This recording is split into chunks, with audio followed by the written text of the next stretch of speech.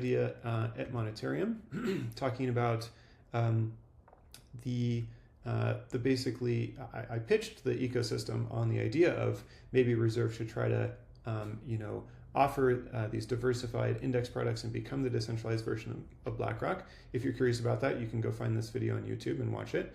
And so the basic vision is to aim to become the largest index platform. The largest index platform in crypto first, and Reserve is at the moment the largest index platform in crypto, but we want to grow that category and continue to be the largest, and eventually to be the largest index platform period in the world over the course of time. And so it's very different from the way that BlackRock itself works, because it's meant to be an open platform for thousands of people and businesses to create index products rather than a single company doing it all itself.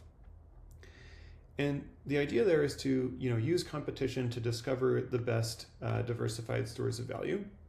ABC Labs is here to write software to enable all of this, but it isn't directly creating the index products itself. That's not necessary. It's just creating a platform to allow anybody to do that. And so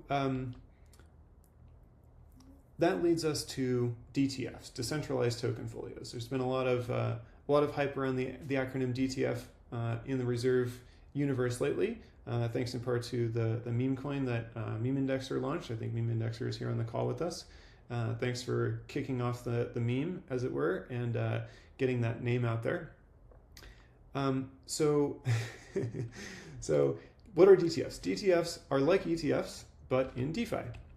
So on a basic level, and just to be 100% clear here, so a DTF is that's not a Reserve term. So we think the term DTF makes sense to refer to any token in crypto that is redeemable one-to-one for a basket of other tokens.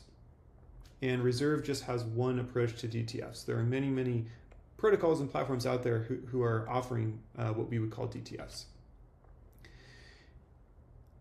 With a DTF as compared to an ETF, redemptions are handled by a smart contract, not an investment company, right? So anybody can go issue or redeem with the smart contract anytime, unlike an ETF where you only like a sort of approved market maker can.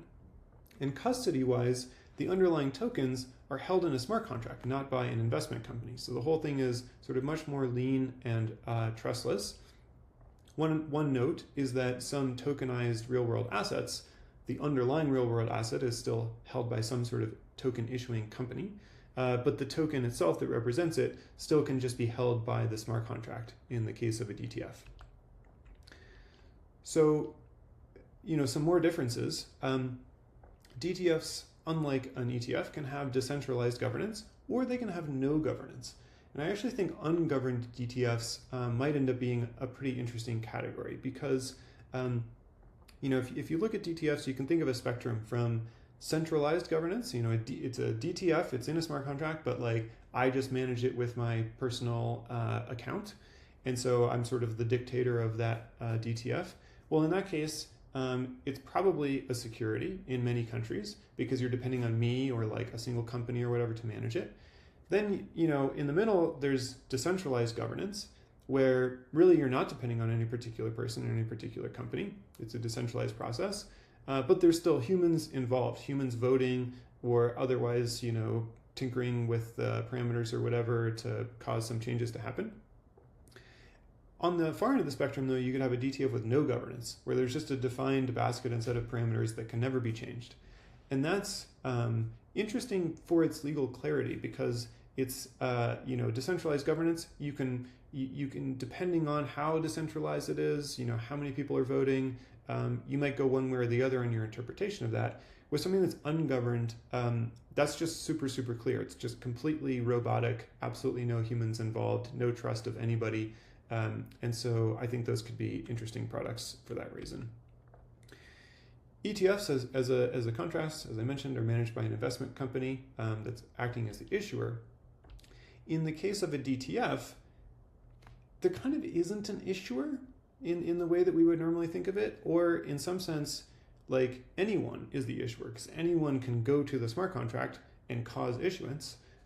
in a way that is not true, with an ETF, where there's a company that's sort of in charge of the issuance of the asset. Here is just code.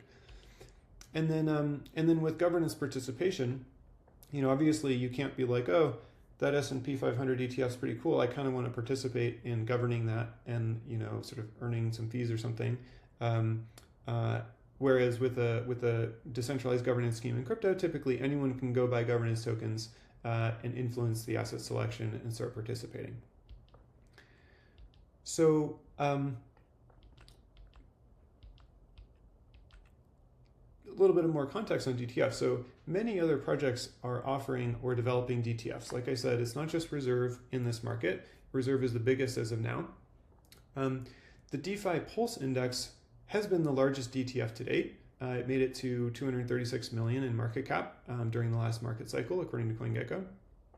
And for anyone who doesn't recall that asset, it's basically an index